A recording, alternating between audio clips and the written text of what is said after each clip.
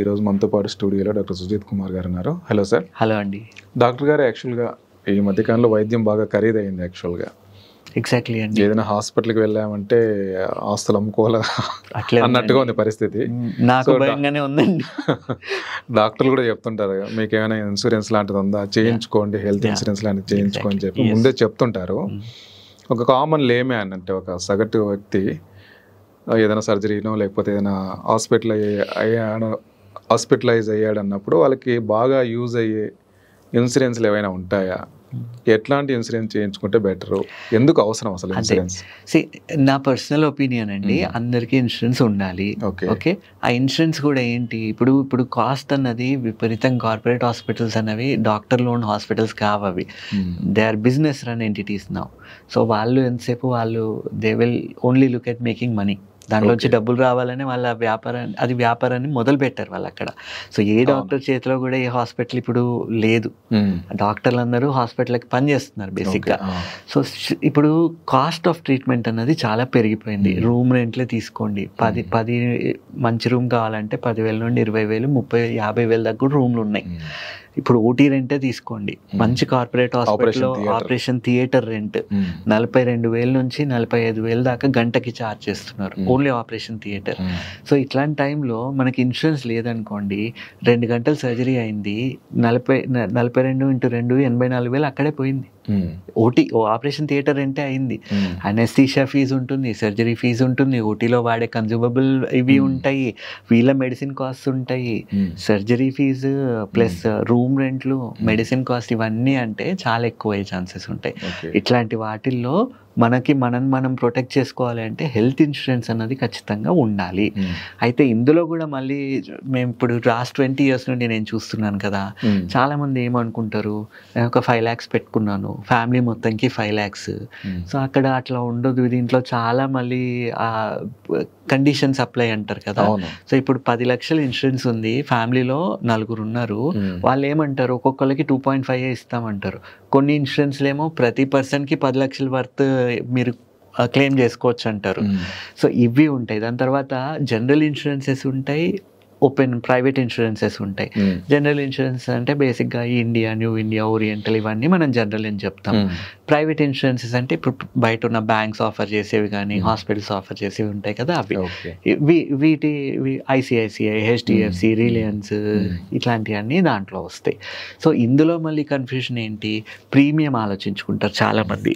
Premium ఏ టైంలో అంటే ఒక ఏజ్ వచ్చిన తర్వాత ప్రీమియమ్స్ చాలా పెరిగిపోతాయి. అండ్ ఇప్పుడు సింపుల్ ఎగ్జాంపుల్ అండి, 25 years ఉన్న అబ్బాయి ఉన్నాడు, ఇన్సూరెన్స్ చేయించుకున్నాడు, 50 లక్షలకి చేయించుకున్నాడు, ప్రాబబ్లీ 15,000-20,000 ఏదో కడతాడు అంతే. అదే 25,000 మనిషి ఒకవేళ అదే ప్లేస్లో 45 years వాళ్ళు ఉన్నారనుకోండి, ఆ ఇన్సూరెన్స్ ప్రీమియం 50,000 ఉంటుంది. 15,000 ఎక్కడ, 50,000 ఎక్కడ? సో ఎంత లేట్గా చేయించుకుంటే ఆ ప్రీమియంలు అంతా పెరుగుతా పోతాయి. అండ్ పోను ఎక్కువ ఏజ్ వచ్చిన తర్వాత ఇన్సూరెన్స్లు ఇవ్వరు కూడా, ఇచ్చిన అమౌంట్ కూడా అన్ని కండిషన్స్ అప్లై లాగా ఇస్తారు, ఇంత అని చెప్పేసి. సో వీళ్ళు ఒకటి ఏంటంటే అందరికీ హెల్త్ ఇన్సూరెన్స్ ఉండాలి. ఇప్పుడు ఖర్చులు చాలా పెరిగిపోతున్నాయి కాబట్టి మినిమం 20 lakhs అన్న పర్సనల్ కవరేజ్ ఉండేటట్టు ఉండాలి. ఎమర్జెన్సీ కోసం బేసిక్గా ఇన్సూరెన్సే వాడుకుంటాం అంతే కదా. ఎమర్జెన్సీ వచ్చిందన్నప్పుడు 20-25 lakhs ఎట్లా పోతున్నాయి కూడా తెలియట్లేదు. సో మంచి కవరేజ్ అన్నది ఉంటే వీళ్ళకి హెల్ప్ అవుతుంది. అది కూడా ఒకవేళ ప్రీమియం దగ్గర ఒకవేళ if they can opt for a private insurance, problems అన్నవి మేము హాస్పిటల్లో ప్రాక్టికల్గా చూస్తున్నప్పుడు క్వెరీలు ఇవన్నీ తక్కువ వస్తున్నాయి అండ్ సింపుల్గా ఇన్సూరెన్స్ క్లెయిమ్లు అనేవి అవుతున్నాయి.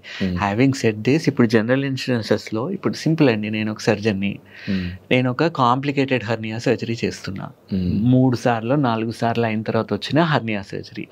సో ఇప్పుడు జనరల్ ఇన్సూరెన్స్ వాళ్ళు ఏం చేస్తారు, general insurance package for specific elements అని జిప్సా ప్యాకేజెస్ అని ఇస్తారు.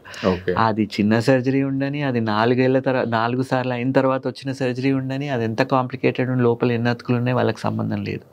వాళ్ళు చెప్తారు మేము ఈ ప్యాకేజ్ 60,000 ఇస్తాం ఈ మొత్తం ప్రొసీజర్కి, ఓటీకి, మీ రూమ్కి, మీ అన్నిటికీ కలిపి 60,000 ఇస్తాం అంటారు. సో ఇప్పుడు మీరే ఆలోచించండి, మనం ఇందాక మాట్లాడుకున్నప్పుడు ఆపరేషన్ థియేటర్ రెంటే 42,000 ఉంది గంటకన్నప్పుడు 60,000లో హాస్పిటల్ ఏం తీసుకుంటుంది, వాడు రూమ్ రెంట్ ఏం కట్టుకుంటారు, మెడిసిన్ ఏంటి, సర్జన్కి అసలు డబ్బులు ఏమో వస్తాయి, ఎవరికి ఏమి రావు. సో ఇప్పుడు ఏం చెప్తున్నారు హాస్పిటల్, ఇట్లాంటి ఇన్సూరెన్సెస్ ఉన్నప్పుడు ఇది ఎందుకు సార్, మీకు బాగా తెలిసిన వాళ్ళు అయితే తీసుకోండి, లేకపోతే వద్దు సార్ అని చెప్పేస్తున్నారు వాళ్ళు. They are not encouraging. వాళ్ళకెందుకు, వాళ్ళకి అది బర్డెన్ లాగా అయిపోయింది, పేషెంట్ లోడ్ ఎక్కువ అయిపోయింది, ఓటీలు మొత్తం ఫుల్ ఉంటున్నాయి. అట్లాంటప్పుడు ఇవి ఎందుకు సార్ మనకి అని అంటున్నారు వాళ్ళు కదా. ఇప్పుడు ప్రైవేట్ ఇన్సూరెన్సెస్ ఉన్నాయి, అదే కాంప్లికేటెడ్ సర్జరీ ఉంది, 4 సార్లు వచ్చిన సర్జరీ, మీరు చెప్తారు నార్మల్గా అయ్యే ఛార్జెస్ 50,000 ఉన్నాయి, కానీ దీనికి నేను 1,00,000 ఛార్జ్ చేయాలి, ఇది చాలా కాంప్లికేటెడ్ అని చెప్తారు. వాళ్ళు కొంచెం నెగోషియేట్ చేస్తారు, కానీ వాళ్ళు ఇచ్చేస్తారు. 1,50,000 అన్నప్పుడు 1,40,000 1,30,000 వాళ్ళు ఇస్తారు. సో అక్కడ ఏమవుతుంది, హాస్పిటల్ కూడా వాళ్ళు అంటే వాళ్ళకి బెటర్ వర్కౌట్ అవుతుంది. ఇక్కడ 60,000లో మొత్తం చేసుకోండి అంటున్నారు, అక్కడ అట్లీస్ట్ వాళ్ళు ఇవ్వగలుగుతున్నారు, అట్లీస్ట్ నామినల్గా వాళ్ళు నెగోషియేట్ చేసినా ఆ యాక్చువల్ రేట్స్ ఇవ్వకపోయినా కొంచెం తగ్గించన్నా వాళ్ళు ఇస్తున్నారు. ఇట్లాంటప్పుడు ఏమవుతుంది, పేషెంట్ మీద లోడ్ పడట్లేదు. అండ్ హ్యావింగ్ సెడ్ దిస్, ఇన్సూరెన్స్లో కవర్ కాని అమౌంట్స్ కొన్ని ఉంటాయి, నాన్ కవరబుల్స్ అని అంటాం కదా. సో హాస్పిటల్ సాధారణంగా 10,000-15,000 ముందు అడ్వాన్స్ పెట్టుకుంటారు కాషన్ డిపాజిట్ లాగా, రానివి దాంట్లోంచి కట్ చేసుకొని మిగిలింది ఇచ్చేస్తారు అన్నట్టు. సో ఇవి కూడా ఉన్నాయి. అండ్ దీంట్లో కూడా మళ్ళీ ఏమవుతుంది, ఇన్సూరెన్స్లో కూడా 20% కోపే, 10% కోపే, ఇవి కూడా ఉంటాయి మళ్ళీ. సో వీటిలో ఏంటి అంటే, బిల్లు 5 లక్షలు అయింది, 20% మీరు కట్టాలంటే ₹1,00,000 మీరు కట్టాలి అక్కడ. సో ఇవి కూడా ఉంటాయి. సో ఇన్సూరెన్స్ తీసుకునేటప్పుడు ప్రతి ఒక్కళ్ళు దాన్ని ప్రాపర్గా అర్థం చేసుకోవాలి, దాని గురించి తెలుసుకోవాలి, ఏది తీసుకుంటే నాకు బెనిఫిట్ ఏంటి. ఇప్పుడు నేను పర్సనల్గా అయితే నేను ఒక 15 ఏళ్ళ నుంచి ఒక ఇన్సూరెన్స్ ఉంది, ఇంకో 5 years నుంచి ఇంకొక ఇన్సూరెన్స్, 2 తీసుకొని పెట్టుకున్నా, ఎప్పుడు ఏదో అవసరం పడుతుందో తెలియదు అని చెప్పేసి.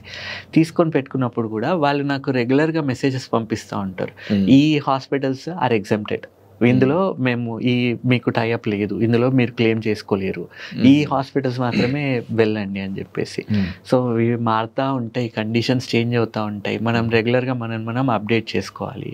అండ్ ఇంకోటి, ఇప్పుడు ఒక సింపుల్ ఎగ్జాంపుల్, నేను పేర్లు తీసుకోను, కొన్ని ఇన్సూరెన్సెస్ ఒక 5-6 years వరకు కూడా వాళ్ళు ప్రాపర్గా ఎంత చెప్తే అంత ఇది అయింది అంటే కొంచెం నెగోషియేట్ చేసినా వాళ్ళు పే చేసేసేవాళ్ళు. ఇప్పుడు ఏమైంది, వాళ్ళ సబ్స్క్రైబర్ లోస్ చాలా పెరిగిపోయేసరికి వాడు మనం పెట్టిన ప్రతి క్లెయిమ్లో వాడు ఎక్కడ పాసిబిలిటీ ఉంటే అక్కడ రిజెక్ట్ చేయడానికి ట్రై చేస్తున్నారు. రిజెక్ట్ చేసి ఎవరైనా యాక్సెప్ట్ చేసినా మళ్ళీ దాంట్లో పేచీలు పెట్టి, దాంట్లో వీటి సగం ఇస్తాము, మిగిలింది పేషెంట్తో కట్టించుకోండి, ఇట్లా కూడా అవుతున్నాయి. సో ఇప్పుడు ఈ అన్నిట్లో బకరా అయ్యేది ఎవరు అంటే డాక్టర్. హాస్పిటల్ ఏం లేదు, సింపుల్గా చెప్తుంది, సార్ ఇంతే వచ్చింది, మీ అమౌంట్ రాలేదు, మీకు ఇవ్వలేము, అంతే.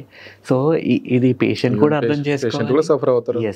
అండ్ హ్యావింగ్ సెడ్ దిస్, ఈ జనరల్ ఇన్సూరెన్స్ మాట్లాడాం కదా, వాళ్ళు ఒక్కరోజు ప్యాకేజ్ ఇంత అని ఇస్తారు, కానీ తర్వాత 10 రోజులు హాస్పిటల్లో ఉన్నారనుకోండి, ఆ 10 రోజులు రూమ్ రెంట్లు మళ్ళీ ఇస్తారు.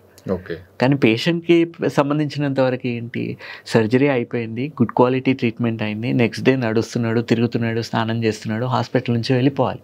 10 రోజులు ఉంటే 10 రోజులు ఫీజు వీళ్ళు ఇస్తారని చెప్పి 10 రోజులు వాళ్ళని పెడితే హాస్పిటల్ నుంచి ఇన్ఫెక్షన్లు వీళ్ళకి వచ్చే ఛాన్సెస్ ఉంటున్నాయి.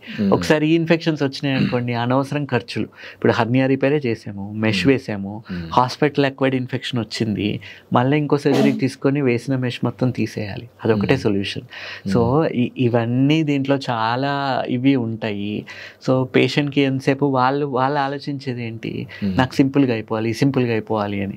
సింపుల్గా అయిపోయినప్పుడు ఇప్పుడు క్వాలిటీ, ఇప్పుడు నాదే ఎగ్జాంపుల్ తీసుకోండి, నాకు I had a cataract surgery 2 years back.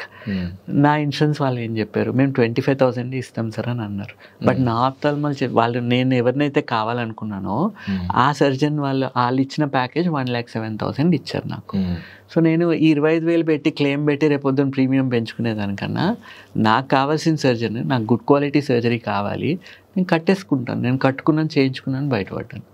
So కొన్నిసార్లు ఒకటి మనం అర్థం చేసుకోవాల్సింది ఏంటంటే, ఎన్ని ఇన్సూరెన్స్లు ఉన్నా insurance is like a security. ఎమర్జెన్సీలో మనకు ప్రాబ్లం వచ్చిందంటే ఇది ఉంది, దాన్ని ఎంతవరకు వాడుకోవాలి, కానీ అది వాడుకోవడం వల్ల పెద్ద హెల్ప్ అవుతలేదు అన్నప్పుడు పర్సనల్గా కూడా we should be ready to take what ever expenses come.